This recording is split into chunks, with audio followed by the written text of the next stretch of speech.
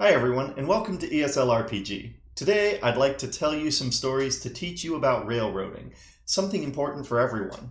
Along the way, we'll learn what it is, why people might do it, how to avoid it, and a little about other rules. Our stories to explain this will include a Father Jack story again, but will also feature a comparison of two sessions from our recent dive into the lost mines of Phandelver, one from an episode recently released on the podcast, one recorded, but not edited yet. So I'll try not to do too many spoilers. Railroading is when a GM controls the flow of the story too much and derives its name from the feeling players get. They are in the story is happening, and their actions really don't change much of how the story goes. It feels less like they are plotting a course and more like riding a train. Speaking of trains and rails, let's go off them.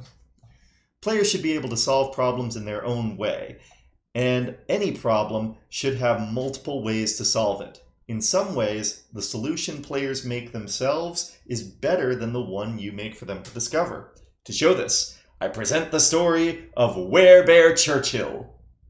Yep, seriously. So, Father Jack is drunk. Again. In fact, he's very, very drunk.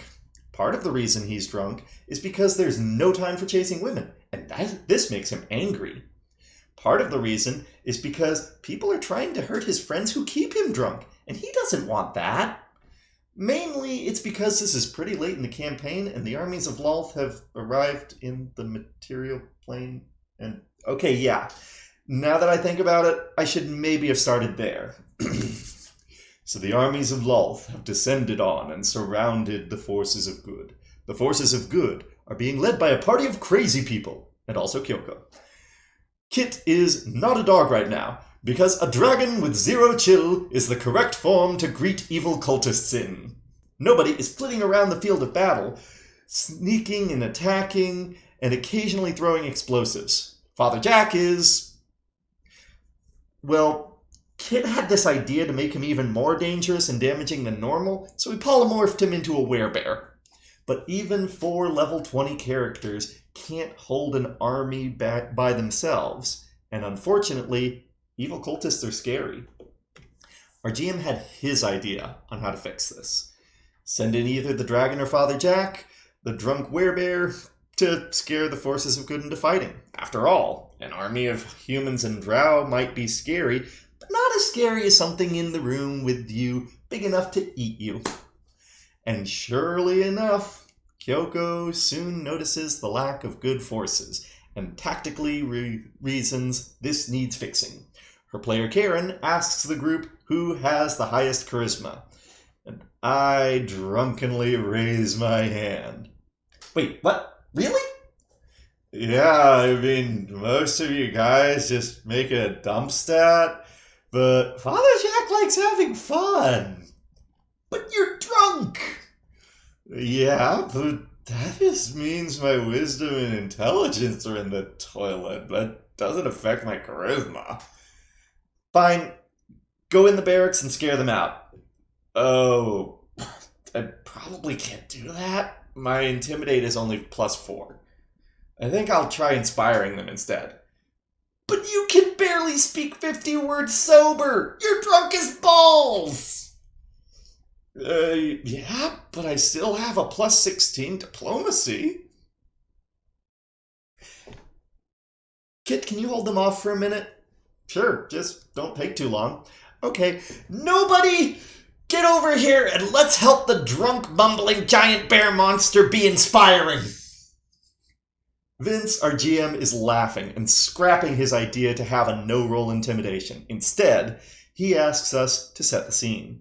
Father Jack, all 12 feet of him, stands on a table. Nobody jumps up and passes him some appropriately dramatic glasses that in many circumstances would look ridiculous on a bear snout. Kyoko makes a breeze with her wings to catch Father Jack's robes. And before the speech starts, the GM calls for a roll. Knowing our chances in the fight depend on it, the table holds their breath. Natural bloody 20. Before we can celebrate, our GM tells us to role play. Me. He tells me to roleplay, an inspiring speech, using Jack's vocabulary. While out of character, I'm at least 10 shots of vodka into character. The drunken haze fogs my memory of that speech, but it probably went something like this. Hey, you there! You scared? They fight! You hear? All dead! But you fight! Some dead, some live! We fight! Come, let's fight! Let's live! Then let's drink brandy! With the amazingly inspiring war cry of brandy on their lips, the soldiers charge. We charge with them, and with them we live to fight another day. Yeah, Wherebarrel Churchill. Did I stutter? Anyway, that certainly shows that characters can sometimes create something better than what a GM plans. But let's look more into railroading. First, why do GMs railroad? To show that, let's look at a recent game we played. If you are on Patreon, you probably already know what I'm talking about. But for regular listeners to the podcast, well, the backlog right now is about 6 months. Being a patron has perks, is what I'm saying. To not spoil too much, just before the big final dungeon crawl, our party needed a level up. They needed to do something big. At level 3. There is something very big in the module, but I felt they might need a little help for it. It features zombies, evil things, a town that needs clearing, oh, and a dragon! So I called a friend to help with that.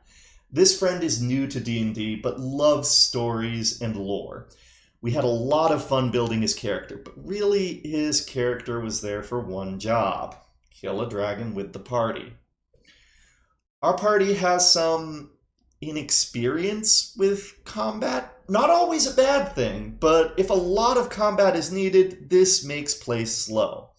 In particular, this whole adventure took almost 9 hours, including breaks for food and such, because there was a lot of combat. 5 hours in, and our party was not even halfway through the town, with some people needing to work the next day. So, I gave our party a quick crash course in tactics. And they had some fun with it. They knocked down 4 houses in the time it took them to do 2 before. In fact, one house they finished in less than 2 rounds in game.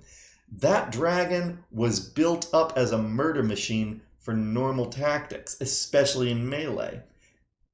They didn't take any damage against the dragon. They felt like operators, like people whose job it is to quickly and powerfully take out bad guys. Yeah, like operators, where that's their job. It didn't feel like a game anymore. It felt fun when they first used the tactics, seeing it be so effective, feeling strong and powerful. The 5th time, with little threat to themselves, little challenge, just felt like getting through the slog, especially because I tried to guide them to what I thought was the best way. I railroaded. It's what I did. And I didn't do it for the usual reasons everyone thinks of. Railroading because the GM has their own story they want the players to make is well known. GMs who ignore player actions, resort to cutscenes, or just tell players, that's not what your character would do, are infamous. I did something different. Our new player had a lot of fun with the lore of his character. That part was great. But the purpose of his character was set before he even made it. He knew that, but it took away from some of the fun. In the middle, I felt rushed, that we needed to finish quickly. That was a mistake. To be fair, it's easier when you have regular and frequent games to just put it down and say, let's start here next time. But even in our situation of games maybe once a month, halfway through the town would have been the best place to stop for the night, or even just before the dragon fight. But the biggest thing, that was something that affects good GMs too, RPGs are a collaborative, cooperative game to create a story together. And good GMs understand that even when they control the enemies, They're ultimately creating that story together with the players, and this is done together. For it, the GM needs to provide a good challenge. It feels great to be powerful. It feels amazing to take a small chance of victory and win. It feels disappointing to have victory given to you.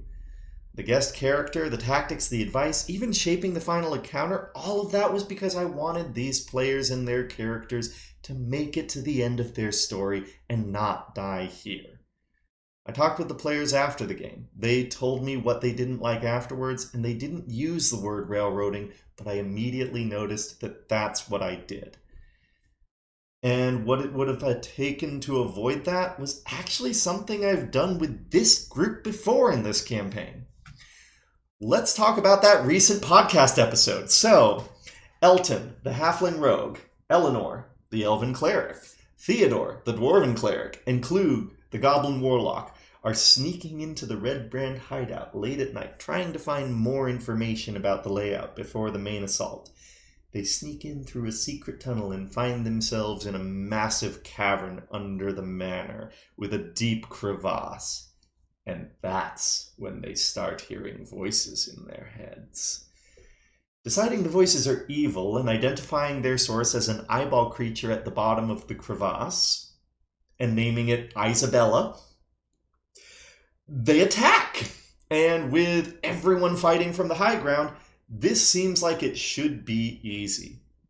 Then Theodore's player asks if they can cast Inflict Wounds. Ooh, that's a really powerful damage dealer, but you have to touch the target? Where is it? 20 feet down. If you jump from here, you would be taking 2d6 damage. Oh, I see. Can I jump onto the eye monster? Yeah, sure. I'll say that gives half the damage to the monster, but it means you'll be prone on top of it, and people trying to shoot it might hit you. That's okay, I jump. Nothing to it but to roll it and roll with it. Cleric jumps into the air, necrotic energy flowing around his open hand, and nosedives right onto Isabella, taking a little damage to deal a lot. And the monster on its back couldn't do more than just claw uselessly at the armor of the dwarf crushing it. Meanwhile, other players try and attack the creature, but unfortunately just end up hitting their healer, bringing him to the brink of death. But that's fine. They have a backup. Speaking of, Eleanor's turn. Eleanor's player weighs her options and decides that Cure Wounds is the best option for keeping Theodore alive. Dude, that spell is also touch. I know, but it'll heal the most. The elf jumps. To be fair, she hit, and she healed Theodore, and Eleanor and Isabella took their damage. Then Klug's turn. Okay, I'm going to use my sling to try and hit the monster. Sure, go for it. If you're 5 under the AC, you hit Eleanor, and 10 under, you hit Theodore. He rolls, and poor Theodore has a bullet smack into his leg. But Theodore's back around and really, really angry. I cast Inflict Wounds again. With a mighty roll of the dice, the psychic hellbeast crumbles to dust. As Murphy's laws tell us, if it's stupid but it works, it isn't. Healers literally throwing themselves off a cliff is for most RPGs a very stupid idea. But remember half the balance of embracing characters. Is it fun for the whole party? Actually, in this case, it was hilarious. Moreover, it was very fun specifically because the stakes were so high.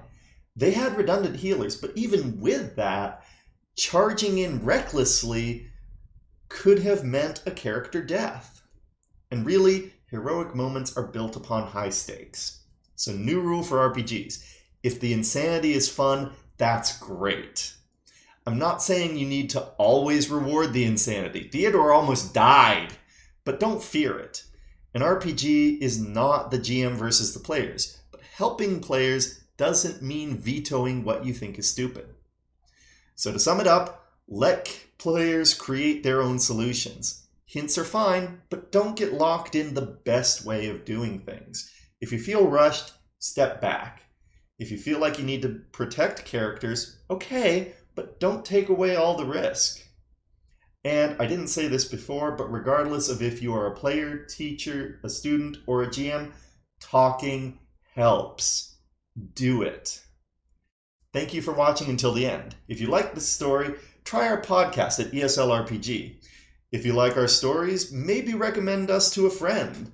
Also, consider supporting us on Patreon at ESL RPG, like our patron, King Michael, father of gamecocks, neighbor of bobcats, cousin of bulldogs, and ruler of the land of awesome. Thank you always for your support.